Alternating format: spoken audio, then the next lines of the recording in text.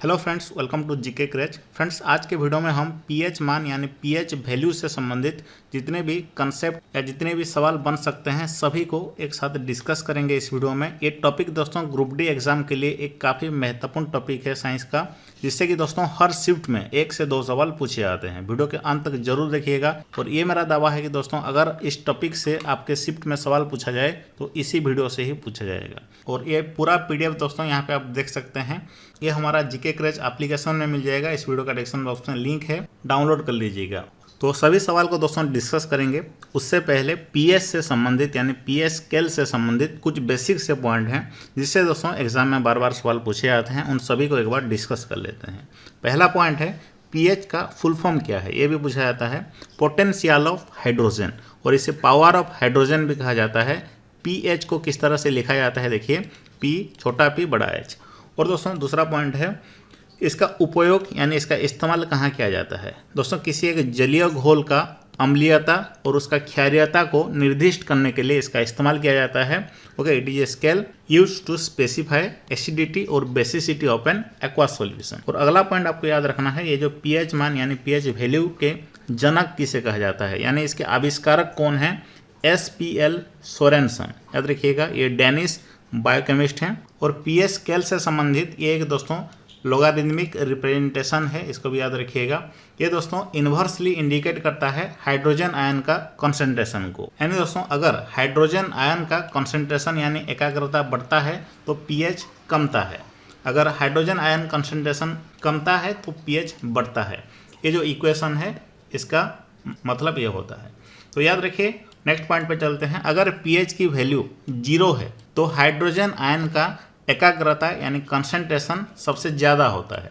अगर pH value 14 के बराबर होता है तो हाइड्रोजन आयन का कंसंट्रेशन सबसे कम होता है। और हाइड्रोक्साइड आयन यानी OH माइनस हाइड्रोक्साइड आयन का कंसंट्रेशन ज़्यादा होता है। याद रखिएगा, हाइड्रोक्साइड आयन क्या डिसाइड करता है, क्षारीयता, और हाइड्रोजन आयन अम्लीयता। याद रखिए। नेक्स्ट पॉइंट देखते हैं, यहाँ पे आप देख सकते हैं ये है पीएच स्केल। 0 से लेकर के 14 तक होता है, और 0 से लेकर के 7 के बीच में जितने भी आते हैं उनको अम्लीयता के कैटेगरी में डाला जाता है, और 7 से लेकर के 14 के अंदर जितने भी आते हैं वो सब क्षार हैं। और अगर पीएच वैल्यू 7 के बराबर होता है तो वो एक निष्क्रिय सोल्यूशन होता है। वहाँ पे हाइड्रोजन आयन यानी H+ and OH minus ion यानी हाइड्रोक्साइड आयन, इन दोनों का एकाग्रता समान होता है, बराबर होता है। और ये टेबल दोस्तों सबसे महत्वपूर्ण है, इसको ध्यान से देखिए। कुछ कॉमन सॉल्यूशन का एवरेज पीएच कितना होता है ये आपको याद रखना है, क्योंकि सवाल दोस्तों इनमें से ही पूछे जाते हैं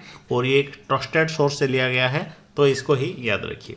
तो बैटरी एसिड, बैटरी में जो एसिड होता है उसका पीएच कितना होता है, 1 से भी कम होता है, यानी दोस्तों स्ट्रॉन्ग एसिड होता है। और हमारा स्टोमक में जो गैस्ट्रिक एसिड निकलता है उसका पीएच कितना होता है, 1 से लेकर के 1.5 के बीच में होता है। विनेगर का यानी सिरके का पीएच मान कितना होता है, 2.5 होता है। ऑरेंज जूस का पीएच मान कितना होता है, 3.3 से लेकर के 4.2 के बीच में होता है। और ब्लैक कॉफ़ी का दोस्तों पीएच मान क्या होता है, 5 से लेकर के 5.03 होता है। मिल्क यानी दूध का जो पीएच वैल्यू कितना होता है, 6.5 से लेकर के 6.8 होता है। और ये सभी दोस्तों एग्जाम में एक एक बार पूछे जा चुके हैं। मिल्क का भी पूछा जा चुका है, ब्लैक कॉफ़ी, ऑरेंज, विनेगर सभी का पूछा जा चुका है। हम सभी सवाल को भी डिस्कस करेंगे। प्योर वाटर का पीएच जब ये 25 डिग्री सेल्सियस में हो तो उसका पीएच कितना होता है, न्यूट्रल होता है, यानी 7 होता है। अगर डिस्टिल वाटर का भी पूछा जाए तो डिस्टिल वाटर का 7 होता है। और समुद्र पानी यानी सी वाटर का पीएच कितना होता है, 7.5 से लेकर के 8.4 तक होता है। नेक्स्ट है अमोनिया, जिसका पीएच कितना होता है, 11 से लेकर के 11.5 के बीच में होता है। ये एक क्षार होता है। इसका केमिकल फॉर्मूला क्या है दोस्तों, NH3। नेक्स्ट दोस्तों है ब्लीच, जो ब्लीचिंग पाउडर का ब्लीच, इसका पीएच कितना होता है, 12.5 होता है। नेक्स्ट दोस्तों लाए, ये सोडियम हाइड्रोक्साइड का सोल्यूशन को कहते हैं। इसका पीएच कितना होता है, सबसे ज़्यादा होता है, 13 से लेकर के 13.6। और इस पिक्चर से भी दोस्तों आप याद रख सकते हैं इसका पीएच कितना होता है। तो ये पीडीएफ में आपको मिल जाएगा, यहाँ से याद रखिएगा। और हमारा शरीर में कहाँ पीएच कितना होता है ये भी एग्जाम में पूछा जाता है, तो उसको भी एक बार रिवाइज कर लेते हैं। स्टोमक के अंदर जो गैस्ट्रिक एसिड रिलीज होता है उसका पीएच 1.5 से लेकर के 3.5 तक होता है। लाइसोसोम यानी जो कोशिका के अंदर होता है लाइसोजोम, लाइसोजोम का पीएच कितना होता है 4.5 होता है। ह्यूमन स्किन यानी हमारा त्वचा का पीएच कितना होता है 4.7 होता है। और chromaffin cells, granules of chromaffin cells का पीएच कितना होता है 5.5 होता है। यूरिन का पीएच कितना होता है 6.0 होता है। साइटोसोल का पीएच 7.2 होता है। हमारा रक्त यानी ब्लड का पीएच कितना होता है 7.34 से लेकर के 7.45। नेक्स्ट याद रखिए दोस्तों, सेरेब्रोस्पाइनल फ्लूइड यानी CSF जो हमारा ब्रेन में स्थित है, इसका पीएच कितना होता है 7.5 होता है। माइटोकॉन्ड्रियल मैट्रिक्स का पीएच कितना होता है 7.5 होता है। नेक्स्ट दोस्तों, पैनक्रियाज सिक्रिएशन यानी अग्नाशय का जो स्राव होता है उसका पीएच 8.1 होता है। इन सभी को दोस्तों आपको किसी भी हाल में याद रखना है, सारे के सारे महत्वपूर्ण हैं। तो चलिए सभी सवाल सबको अभी डिस्कस करते हैं जो आपके रेलवे और एनटीपीसी एग्जाम सब में पूछे गए थे। निष्क्रिय विलयन का पीएच मान कितना होता है? तो निष्क्रिय विलयन का दोस्तों पीएच मान कितना होता है 7 होता है। इसको उदासीन विलयन भी कहा जाता है।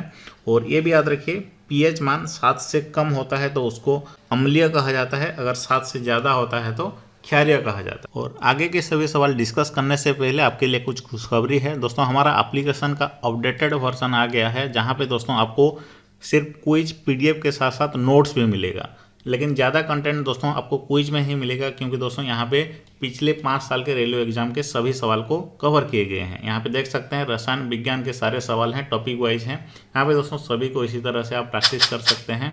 सब मिला करके 3 से 4 हज़ार क्वेश्चन हैं।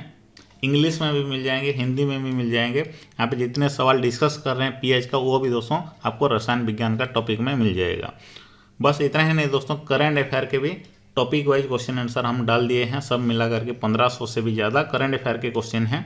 और करंट अफेयर के सारे नोट्स भी अपलोड किए जा चुके हैं। यहाँ पे ऊपर देख सकते हैं दोस्तों, बहुत ही प्रीमियम क्वालिटी का है। एक बार ज़रूर चेक कर लीजिएगा। इस वीडियो का डिस्क्रिप्शन बॉक्स में लिंक है, क्लिक करके डाउनलोड कर लीजिएगा। यहाँ पे दोस्तों सब मिला करके 16,000 क्वेश्चन हैं। उनमें से 9,000 क्वेश्चन कम्प्लीटली फ्री हैं और बाकी को एक्सेस करने के लिए दोस्तों आपको एक पैकेज लेना पड़ेगा। उस पैकेज 39 रुपये से शुरू हो रहा है। तो अभी तुरंत ही दोस्तों सब्सक्राइब कर लीजिएगा, क्योंकि दोस्तों ये एप्लीकेशन आपको ग्रुप डी एग्जाम में 40 मार्क मिनिमम जीके सेक्शन में लाने के लिए पूरी मदद करेगा, ये आपसे वादा है। और चलिए दोस्तों आगे बढ़ते हैं। नेक्स्ट सवाल है, पीएच मान में 7 से 14 में हुई वृद्धि ये किसका प्रतिनिधित्व करती है? OH आयन सांद्रता में वृद्धि की प्रतिनिधित्व करती है। ऑप्शन डी इसका सही आंसर होगा। दोस्तों नेक्स्ट सवाल पूछा गया था, निम्नलिखित में से कौन सा घोल सबसे अम्लीय है? तो कौन सा घोल है दोस्तों जिसका पीएच 0 है? तो वो घोल सबसे अम्लीय है। ऑप्शन ए इसका सही आंसर होगा। नेक्स्ट दोस्तों है, क्षारीय विलयन का पीएच मान कितना होता है? 7 से अधिक होता है क्षारीय विलयन का पीएच मान। दोस्तों नेक्स्ट सवाल है, 3 विलयनों XYZ के पीएच मान क्रमशः 2, 11, 7 है, तो उन्हें हाइड्रोजन आयन सांद्रता के अवरोही क्रम में व्यवस्थित कीजिए। काफ़ी आसान सवाल है लेकिन इनडायरेक्ट पूछा गया है। इसका सही आंसर क्या हो जाएगा आप खुद देख लीजिए। ऑप्शन बी इसका सही आंसर होगा। ओके, जिसका पीएच ज़्यादा होता है उसमें हाइड्रोजन आयन का सांद्रता कम होता है। नेक्स्ट सवाल है, यदि किसी नमक का पीएच मान 14 है तो वह नमक कैसा होगा? तो 14 है तो ध्यान से देखिए सभी ऑप्शन को, ये कमज़ोर एसिड वाला नमक होगा और सशक्त बेस वाला नमक है, यानी ऑप्शन बी इसका सही आंसर होगा। क्योंकि सशक्त बेस जब रिएक्ट करता है कमज़ोर एसिड से तो सशक्त बेस ही बनता है।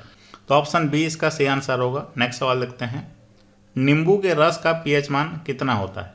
नींबू के रस का पीएच मान होता है 2.4। काफ़ी आसान सवाल है, ऑप्शन बी सही आंसर होगा। नेक्स्ट है, नमक का पीएच मान कितना होता है? नमक एक न्यूट्रल पदार्थ होता है तो 7 उसका सही आंसर होगा, ऑप्शन डी। नेक्स्ट दोस्तों है, मानव रक्त का पीएच मान कितना होता है? तो मानव रक्त का पीएच मान होता है 7.4, ऑप्शन बी सही आंसर होगा। नेक्स्ट है, सिरके का पीएच मान कितना होता है? 3, ऑप्शन ए इसका सही आंसर होगा, 3 होता है। लेकिन दोस्तों इसका जो रेंज है वो 2.5 से लेकर के 3.2 तक है, तो इसीलिए यहाँ पे 2.5 नहीं दिए गए हैं। ऑप्शन ए इसका सही आंसर हो जाएगा। नेक्स्ट ऑप्शन है, दूध का पीएच मान कितना है? तो दूध का पीएच मान होता है दोस्तों 6.5 से लेकर के 6.8। तो देखिए ध्यान से, यहाँ पे ऑप्शन जो आसपास वाला दिया गया है 6.4 दिया गया है, ऑप्शन डी इसका सही आंसर होगा। नेक्स्ट क्वेश्चन, नमक NaCl का pH मान कितना होता है? NaCl जो होता है वो न्यूट्रल होता है, ये strong acid and strong base से बन करके होता है, तो ऑप्शन डी इसका सही आंसर हो जाएगा, ये न्यूट्रल यानी निष्क्रिय होता है। नेक्स्ट क्वेश्चन है, मानव मूत्र का pH मान कितना होता है? तो 6 होता है या 6 के आसपास होता है, क्योंकि वो एवरेज pH है, तो ऑप्शन डी में सटीक लग रहा है 4.5 से लेकर के 8। ओके, ये ऑप्शन दिया गया था, ऑप्शन डी इसका सही आंसर होगा। तो नेक्स्ट सवाल है, एक मिश्रण जो नीले लिटमस को लाल में बदल देता है उसका pH कितने होने की संभावना है?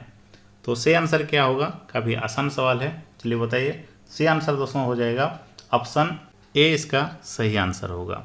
और डिटेल्स में भी पढ़ लीजिए, जब किसी विलयन का pH मान 7 से कम होता है वो अम्लीय होता है, 7 से ज़्यादा हो तो क्षारीय होता है। यदि विलयन नीले लिटमस को लाल में बदल देता है तो विकल्प के अनुसार उसका pH मान 6 होने की संभावना है, यानी ऑप्शन ए इसका सही आंसर इसलिए हो जाएगा। नेक्स्ट सवाल है, निम्नलिखित में से कौन सा नीले लिटमस को लाल कर देगा? तो देखिए, निम्न में से सही आंसर इसका हो जाएगा दोस्तों ऑप्शन ए, सिरका जो है वो नीले लिटमस को लाल कर देगा। नेक्स्ट क्वेश्चन है, उस विलयन का pH मान क्या होगा जो लाल लिटमस को नीला कर देता है?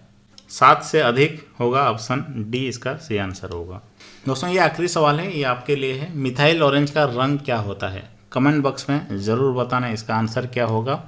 और अब क्या करना है, हमारा एप्लीकेशन को जरूर डाउनलोड कर लीजिए, इस वीडियो का डिस्क्रिप्शन बॉक्स में लिंक है।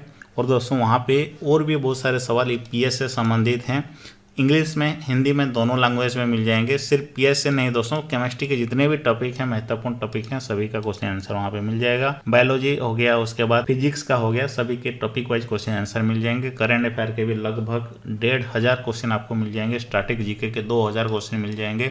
उसके बाद दोस्तों फिजिक्स, पॉलिटिकल साइंस, जितने भी सवाल उससे ग्रुप डी एग्जाम में खास करके पूछे गए थे 2018 में, सभी का टॉपिक वाइज क्वेश्चन आंसर मिल जाएगा। तो देर की इस बात की, इस वीडियो का डिस्क्रिप्शन बॉक्स में लिंक है, अभी तुरंत ही डाउनलोड कर लीजिए हमारा एप्लीकेशन। और फिर मिलते हैं नेक्स्ट वीडियो में। धन्यवाद।